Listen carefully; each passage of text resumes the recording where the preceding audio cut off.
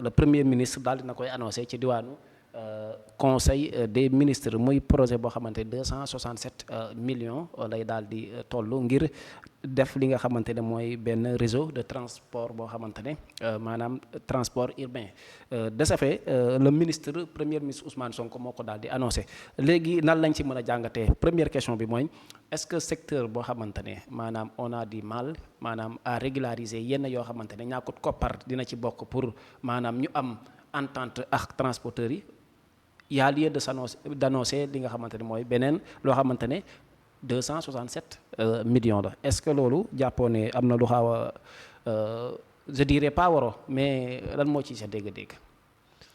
Cheikh xam nga vraiment. Ce pays est une farce. Ce pays. est une vraie farce. nañ ko wax rek Cheikh sëñ bi wax fi woon ni. dina am benn projet 265 si je me trompe pas 260 et quelques millions yoo nga xamante ne si mooy jamono yi doon déggee fi marchand ambulant yi ak conseil des maanaam ni mu ko waxee nii. noonu la koy waxoon teg en conseil des ministres. ñu ni. dañ koy defar mu nekk benn centre commercial boo xamante ne si dina am sax hôtellerie maanaam lépp lay am. complexe. boobu léegi fura daal lu xëddeen. gisuñu ko maanaam boobu la ci mujj a wax gis nga lii. ay effet d'annonce la man boo xawma kande waaye man wax dëgg yàlla am naa droit ne gëmuma ko Cheikh yow nag boo ko gëmee yow la. am nga droit. am naa droit ne gëmuma li mu wax. bu baax 10 sur 10. xaw ma nag yow mais maa ne ku ci nekk am ko droit ne li mu wax ne doyu ma gëm la neex waaw. te dalul sama xel. waaw doyu ma te dalul sama xel. léegi moom Ousmane Sonko nee na day lancer un projet de 267 milliards pour moderniser le transport à Dakar léegi déglu rek.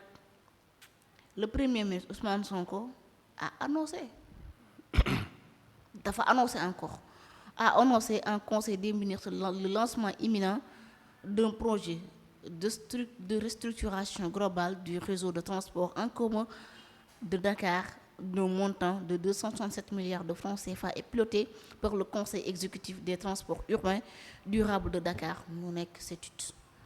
J'espère que là c'est clair. mu ni ce projet vise à améliorer la mobilité urbaine de la capitale. Il prévoit notamment une meilleure organisation du réseau de bus pour connecter efficacement les usagers au transport de masse et renforcer la desserte des zones périphériques.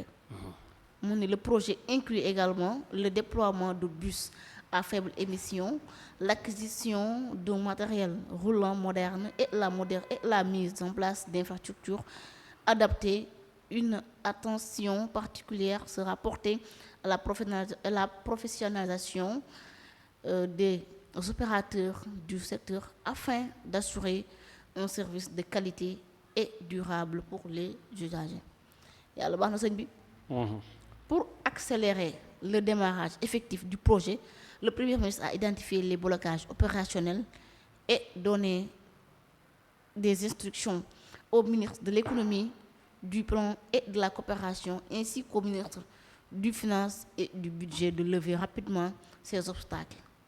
Cette démarche traduit la volonté de l'État de donner une impulsion décisive à cette initiative structurante pour le transport urbain à Dakar. waa léegi Cheikh koo nga xamante ne si nee na la transporteur dañu am problème. Au lieu moom mu ànd ak ses ministres fas yéene toog waxtaan transporteurs yi mais dem waxtaan ak keneen moo ko gënal amul benn waxtaan bu mu organiser ak beneen tubaab. nu mu tudd bu ñu mënee tegal affiche bi. la régie ñu tegal ñu nga xaaral ma wër ko pour envoyer leen ko yaakaar naa yónnee woon nañ ma ko.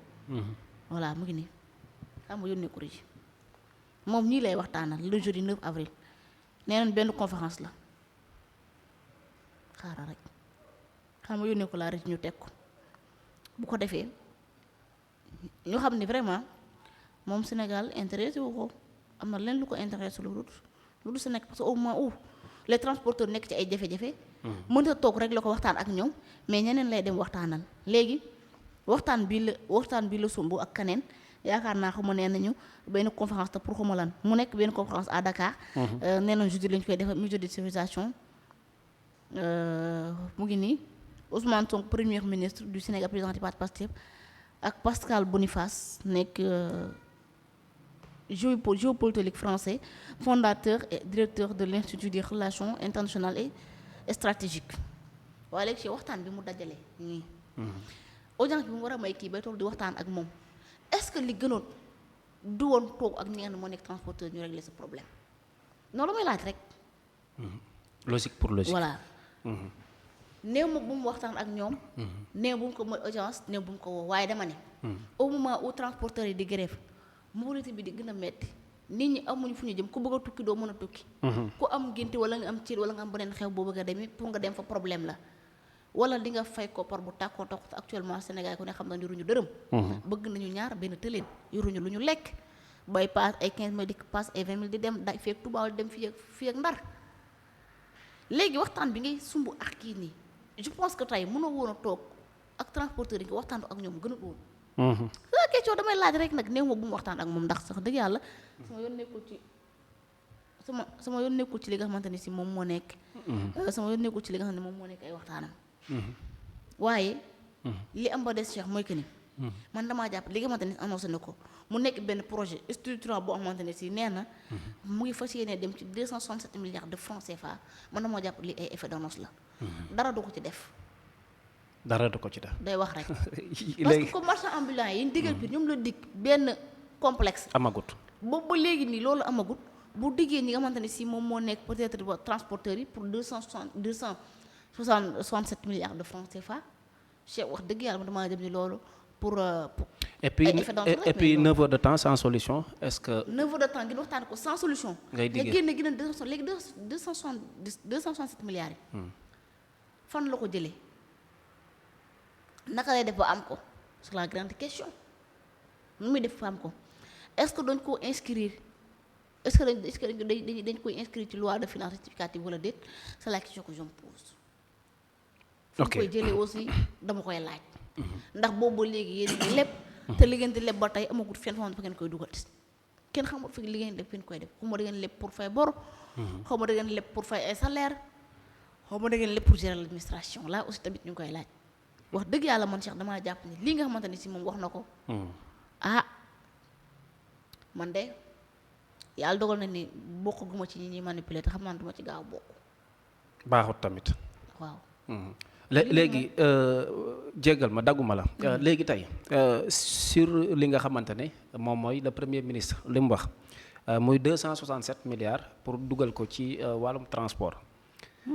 est-ce que tey mënuñ ci déggee ne mesure la yoo xamante ne pour secteur privé parce que transport urbain la wax te secteur privé ñu ngi en grève est-ce que nirool benn appel à pied pour préparation wala faire face pour maanaam secteur privé bu nekkatee en grève. Après il sera légitime de sa part pour bu négociation amul sax ndax am na ay oto yoo xamante ne dina ko teg à la disposition de l'État pour maanaam même bu négociation amatul secteur privé bi buy grève moom mu concentré sur li mu mën a occuper te foofu ça serait une conséquence. waaw nañ bàyyi ba mu teg ko. Cheikh nañ bàyyi ba mu teg ko. xam nga lii da koo wax tegagu ko. tegagu ko waaw nañ bàyyi ba mu teg ko parce que tamit moom Cheikh li mu lay yàgg wax ci naan buñ lii dañuy teg projet bi xam nga barki démb ma nee naa la en fait ñoom. ci xamantuma nu ma la j'ai oublié le terme bi ma utilisé woon mais. waaw ay idée la ñu am yu ñuy wax. mais ces idées yi ñuy génne ils sont dans l'incapacité de le réaliser. li muy wax nii moom moo la gën a xam ne réaliser wu ko. ku la defarul marchand ambulant yi chaque jour ñu yooxu ci dëkk bi. ku leen defarul complexe bi nga lay wax boo waxee fii da ngay defar xam beneen lu ma doon privé pour looy defar. 267 milliards fan la koy jëlee heure bii ay effet d'annonce la c'est un populiste il ne fait que du populisme.